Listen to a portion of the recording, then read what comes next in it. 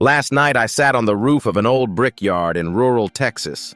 My hands caked in mortar white dust, dried and stuck in the cracks of my nails. The night wind blew hard, carrying the smell of damp earth and distant barbecue smoke. It wasn't the familiar scent of Le Labo perfume, nor the smell of high-end leather. This was the smell of real life, a scent I hadn't known for 24 years.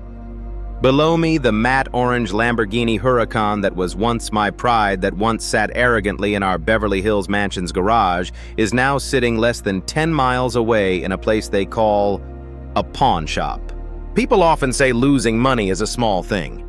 They're right. Losing $1 million in one night, it sounds terrifying, but you get used to it. The emptiness of looking at my bank account didn't hurt as much as the emptiness of looking at myself in the mirror and not recognizing the person staring back. Losing money is easy, but losing the belief that you know who you are, losing the definition of yourself that was built on brand names and praise, that is a pain that tears your soul apart. The chirping of crickets replaced the thumping bass of exclusive clubs. And in this terrifying silence, for the first time, I began to hear my own heart. My name is Ashley. I'm 24 years old, and I used to be the perfect definition of a good rich kid. Good because I never caused my parents any trouble. Innocent because my life was pre-programmed with no room for rebellion. My father was the head of a major real estate development corporation. My mother owned a chain of high-end spas across Los Angeles and New York. I was quite literally born with a silver spoon in my mouth. Private school since kindergarten, friends who were the children of my father's business partners, and high tea at five-star hotels had become a habit. On weekends, if I had no plans, I might spontaneously fly to Vegas to buy a limited edition bag or pop over to New York for a dim sum meal I considered authentic. For my 18th birthday, while my friends were still struggling with their driver's licenses, my dad had a giant box placed in the driveway. Inside was the matte orange Huracan, a true monster. My most vivid memory of those years isn't the lavish trips, but the feeling of my hands on the Alcantara-wrapped steering wheel, the smell of genuine leather hitting my nose every time I opened the door, and the roar of the V10 engine every time I hit the start button. That sound was an affirmation I was special. I was powerful, and the whole world had to look up to me. I believed that blindly. I believed my worth was measured by the value of my car and the balance in my father's bank account. Life drifted on in luxury and praise until the fateful evening of April 12th. I still remember it clearly. I was applying the final coat of red lipstick, getting ready for a launch party for a famous designer's new collection. I had already picked out a silk dress and Jimmy Choo heels. But then my father called an emergency family meeting, something that had never happened before. I walked down to the living room, annoyed that I might be late, and the first thing I saw was my mother collapsed on the sofa, her shoulders shaking. She was crying. On the glass table where I usually kept my Vogue magazines, there was now a thick stack of papers. I glanced at the bold letters, Notice of Asset Seizure and Bankruptcy Filing. 4 subsidiary companies were in foreclosure, all assets were frozen, and worst of all, my father's name was plastered all over the financial news. My dad looked at me. His eyes tired in a way I'd never seen before, and his voice was light, but each word was a hammer blow. You have 48 hours to get out of the house. The marshals are coming on Monday to seize everything. I laughed a twisted smile. I was sure he was joking. Maybe this was a test, some lesson he wanted to teach me. I said, Dad, stop joking. I'm going to be late for the party. But no one laughed. The silence in the large room was so loud I could hear my own heart pounding. I only truly believed it 2 days later when I stood in front of the mansion's gate and realized the security team had changed the access code. I had become a stranger in my own home. I dragged my favorite Rimowa suitcase out of the 24/7 guarded community. The guards who used to bow their heads every time my Lamborghini glided past now looked at me with a mixture of pity and curiosity. This suitcase, which had checked in with me at LAX just a few weeks ago, was now probably worth only a couple $100 if I sold it. I pulled out my phone, opened my contacts. The 9 titanium credit cards in my wallet were now just useless pieces of plastic.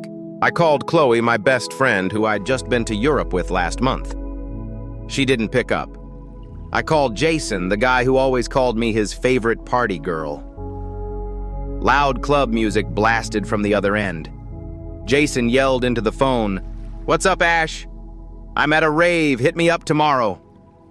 I hung up. I sent a message to the group chat, the Trust Fund crew. A few minutes later, someone sent back a link to an article about my family's bankruptcy. Someone else replied with a laughing, crying emoji. Not a single "how are you?" Not one. That's when I realized they weren't friends of the supercar. They were friends of my dad. I found a room in a dingy apartment complex in Van Nuys for $700 a month. The room was maybe 120 square feet with peeling paint on the walls, old tiled floors, and a thick, musty smell. It was smaller than my walk-in closet in the mansion. The first night I couldn't sleep. The sound of sirens in the distance, the shouting of neighbors, the scratching of mice in the ceiling. I lay curled up on the thin mattress, tears streaming down my face. The next morning, out of habit, I was about to open a ride-sharing app to order a luxury car. But when I opened my wallet, I froze. All that was inside was a single crumpled $5 bill and a few useless foreign notes. For the first time in my life, I had to take the bus. I didn't know how to pay, which door to get on, where to get off. Squeezed in the crowd, I felt suffocated by the smell of sweat, cheap perfume, and fast food from a bag held by a lady standing next to me. Everyone stared at me, probably because the designer clothes I was wearing were ridiculously out of place. My stomach was growling. I walked past a taco truck, and the fragrant smell of sizzling meat and onions made me almost unable to stand. But my last shred of pride wouldn't let me ask for a handout. I starved until noon. So hungry that my hands and feet were trembling, I risked walking into a local diner to ask for a job as a prep cook or dishwasher.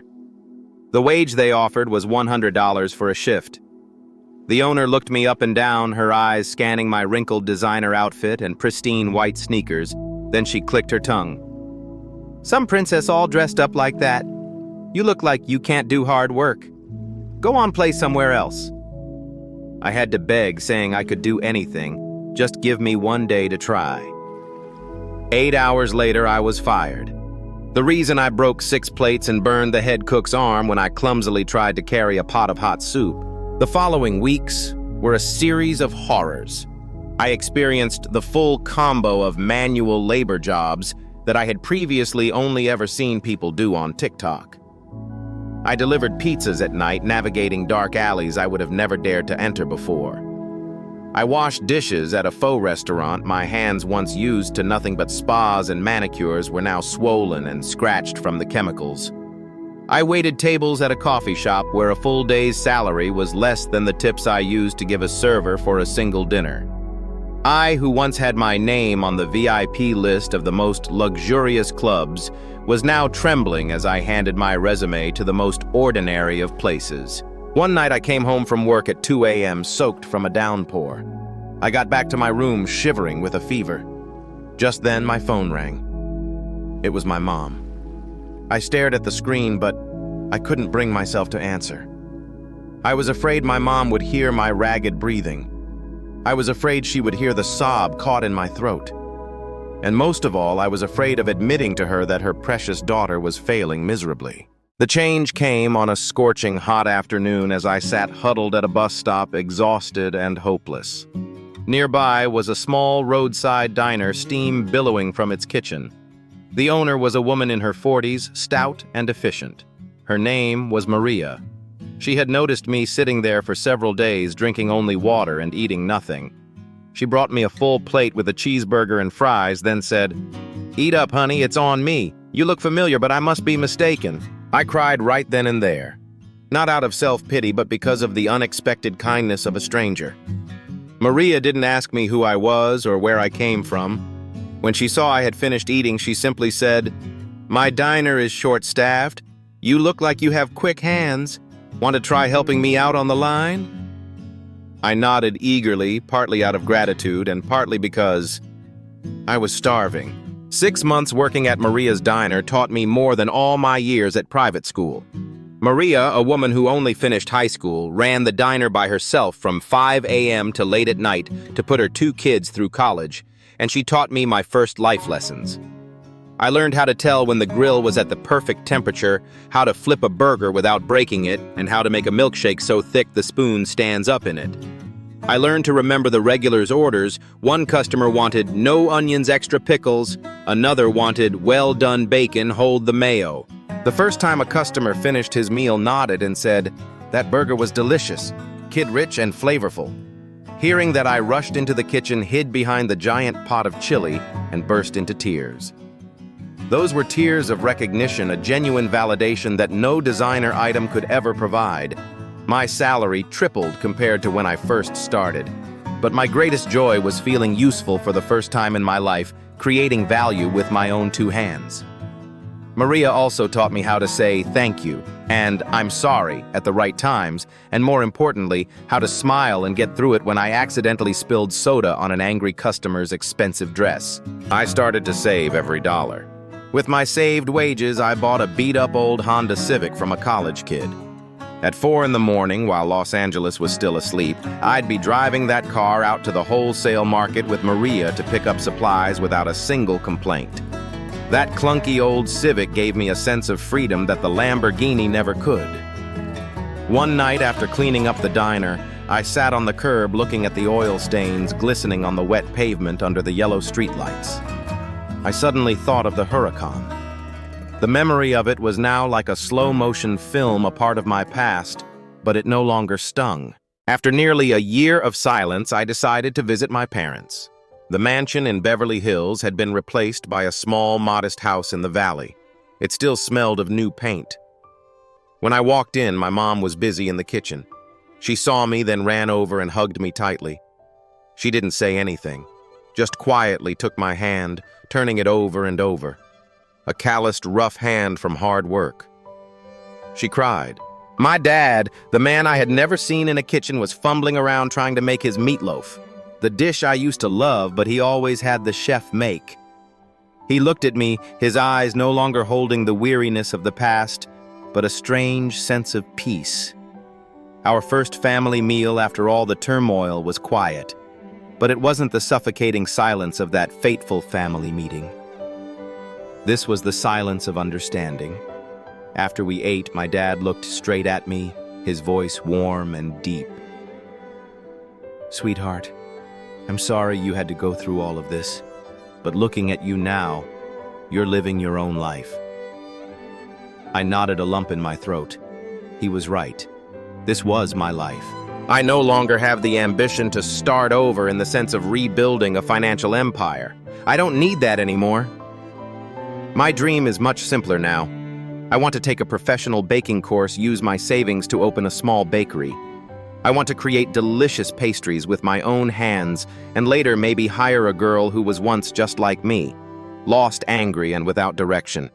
I left behind the supercar, the designer brands, but I picked up self-respect, patience, and resilience from the very mud I fell into. Now, if someone were to ask me if I have any regrets about giving up a mountain of gold, I would smile and say, I didn't give up gold. I just traded it for something money can never buy, knowing what my own true worth is. That value isn't in a bank account balance, but in calloused hands, in the ability to get back up after falling, and in the peace within my soul. My story probably isn't unique. I know that out there, maybe you're also feeling lost in some kind of mud pit of your own. Maybe you've lost a job, a love, or your sense of direction. Tell me your story in the comments below. Have you ever thought you'd lost everything only to realize you'd found something even more precious? I promise to read every single one of your comments.